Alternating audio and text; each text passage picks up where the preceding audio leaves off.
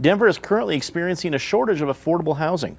If elected, what would you do to protect and increase the supply of affordable housing, specifically in light of the prospect of increased gentrification of some neighborhoods and along newly opened light rail lines? I think one of the first things to look at is how we define growth versus gentrification. I think gentrification, at least in my book, implies growth and development without community-focused involvement.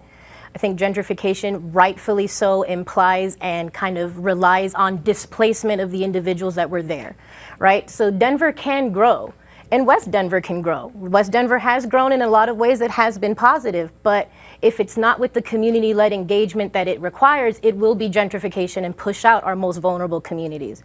So one of the things that I think matters the most when looking at this, especially in West Denver being so kind of like on the precipice for so much of this kind of change, is looking at revising some of the zoning code in terms of occupancy as well as the type of zoning.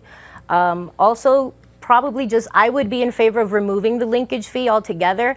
I know some individuals have talked about raising it to a point that developers would not opt to use it.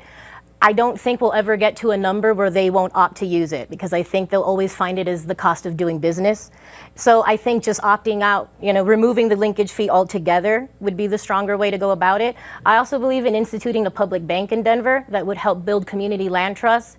That way we actually have some of these properties brought back to us from DHA or wherever they're at, bring them back to the city themselves, and then use that to build actual public housing. Denver not only has a breadth of luxury housing, but then we have a dearth of public housing and transitional housing that's really the highest need. We have a super high need of these public housing that doesn't exist, and we could create that. We could create that stock with public land trusts and public banking. And I think that those are some of the ways I would go about to solve these problems.